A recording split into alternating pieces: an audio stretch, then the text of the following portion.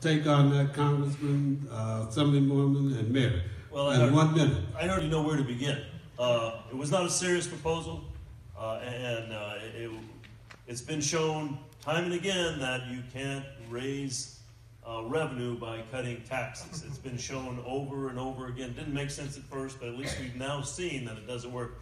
And the tax proposal, if you want to call it that, a one-page unserious proposal, was really written to benefit the President of the United States and people in his class. It was not written to benefit the economy or people in the middle class or anyone else. So this proposal is not to be taken seriously. You know, tax overhaul is a big undertaking. I mean, it takes years of hard work. It takes closed-door sessions. It takes almost fistfights. I mean, to do a tax reform is a very big undertaking. And to say that a one-page proposal to lower your personal taxes as the president isn't going to cut it. Would you say that is crazy? Okay, that concludes our questions and answers for the day. We will give each elected official a 1-minute closing statement before we close out this event. We'll start with the mayor, since he was last this time, the last shall be first. Amen. So 3 things really quickly. Number 1, on May 16th, the city and the county is having a joint meeting to talk about the homelessness issue. So for all you guys who tag me on Facebook on your post or message me, that's your opportunity. May 16th, we'll have an open meeting with all 5 supervisors and all 7 council members about the homelessness issue in the city and the county. Number 2, the State of the City is May 18th.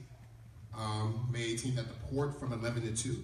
If you go to the Stockton Chamber of Commerce's website, you can get tickets for that. And we're also working on having another event at night because we understand people have to work and can't take 3 hours off to be at the port. And then the third thing, we didn't speak about it much, but the general plan, amendments and updates is probably the most important document your city will work on over the next 4 to 8 years. And basically what the general plan is, it's our land use constitution. So it determines how things are zoned. So that to the question Dr. Cox asked earlier, in terms of how different communities don't have access to opportunity, part of it's because of zoning and what we allow there in terms of liquor stores, in terms of predatory lenders, in terms of not being smart with the way we use our industrial land. And as the Assembly member mentioned earlier, given cannabis legalization, potential for a manufacturing sort of hub and stuff, and the decisions we make on how we use land is important. Thank you. And you guys are lucky because you have Ms. Davey, who's the chair of the Planning Commission, who's also my planning commissioner, who is going to be leading that effort. But please be involved in that because that's going to be the most important thing we do over the next 4 years. Thank you. And now I get an extra 30 minutes when I'm at the city council meeting. 30 seconds. 30. I like minutes. Assemblywoman. Again, I want to thank the NAACP and everybody here for coming out. People seem like they've become addicted to outrage these days, and it's not healthy, and it's not good, and it's not productive. As you know, Ann Coulter was in Modesto 2 nights ago, and I went. They had a big event in Modesto about love and unity versus division and fear. Right? We need to find ways to come together as much as we possibly can. I want to just give big kudos to this young man right here. Not I won't say young man. This man right here. I can't tell you, in the last 4 years, everywhere I go, it doesn't matter what part of the country, if I say I represent the city of Stockton, they say, "Oh my God, that mayor," or a former mayor. I can't tell you everywhere I go now where people say, "You represent Stockton? Oh my God, that mayor!" Right? So this is again a prime time for the city of Stockton to just get all the recognition that we deserve. So I am so proud of him and his leadership, as well as the congressman. And one of the issues that didn't come up that I'm just very passionate is about gender pay equity. Women, and especially women of color, make 70 cents on the dollar that male counterparts do. We lose, for every woman, about $8,000 a year, and for the state of California, about $39 billion in our economy, because we don't pay women at an equitable rate. We also know that sometimes women are the sole provider in their home, so that's also affecting then those children of those women who can't get the same pay, and it kind of gets double baked in. Oftentimes women are drawn to professions that are then devalued because they're mostly women. And then you try to go somewhere else, and they're trying to base your new paycheck on your last paycheck. So we've double baked in women never being able to get ahead. I now have an 8-year-old daughter. If we don't do something now, her pay won't even be up to somebody she's going to school with right now. So watch for this to be coming. It is an important issue that we shouldn't be able to base what we offer you based on what you made before. And what's the bill number?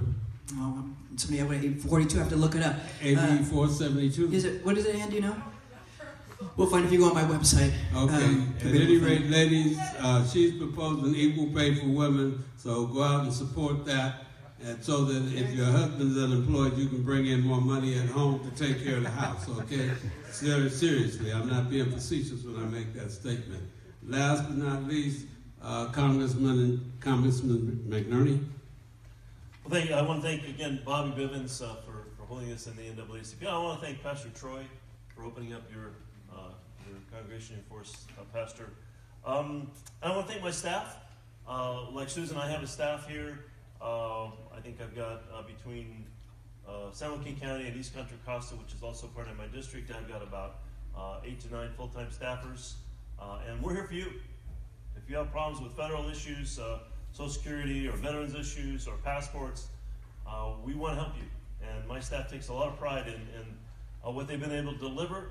I think this year already approaching $1 million in veterans disability benefits and so on. So we're a resource for you. I just want to say there's a couple issues that I care very passionately about. We haven't talked about tonight. One is water. Now, as Susan said earlier, you can't always say no, and I've said no. I've said hell no. Oh, excuse me, Pastor.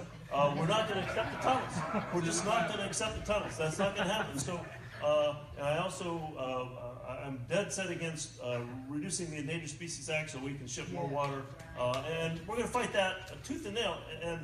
But I also want to have a positive solution, and we're going to be proposing legislation next month that really focuses on making California regionally self-sufficient so that cities like Los Angeles won't be depending on Delta water.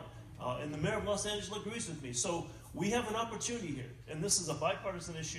I'm going to push that forward, and I think we'll get somewhere. Now, another issue I feel very strongly about is climate change, along with the environment. Next to nuclear war, climate change is the most dangerous issue we're facing right now. If climate proceeds, Stockton's going to be underwater in 50 years, folks. 50 years, maybe less. So we've got to do something about it. I'm proposing a carbon fee, and there's Republican support for this. There's at least 20 Republicans in the House of Representatives. James Baker III, George Shultz have proposed a carbon fee program similar to the one I'm proposing. Folks, we need to have this happen. Now, it may not happen in this Congress, but we need to continue to push forward and continue to find ways to reduce carbon emissions, become more efficient, become the beautiful, clean country that we should be and we can be. And lastly, campaign finance reform. This is one of the most significant issues that's preventing things like climate change from moving forward. It's preventing any kind of sensible way to keep guns out of dangerous people's hands. It's preventing any kind of progress on immigration reform. We need to clean up the way campaigns are financed in Washington and around the state capitals and city. Our country is going to be jam-locked and able to do anything until we get that issue fixed. It's an issue I care a lot about. So thank you again for coming, and I appreciate the opportunity to listen and to let you know what I'm thinking on some of these issues.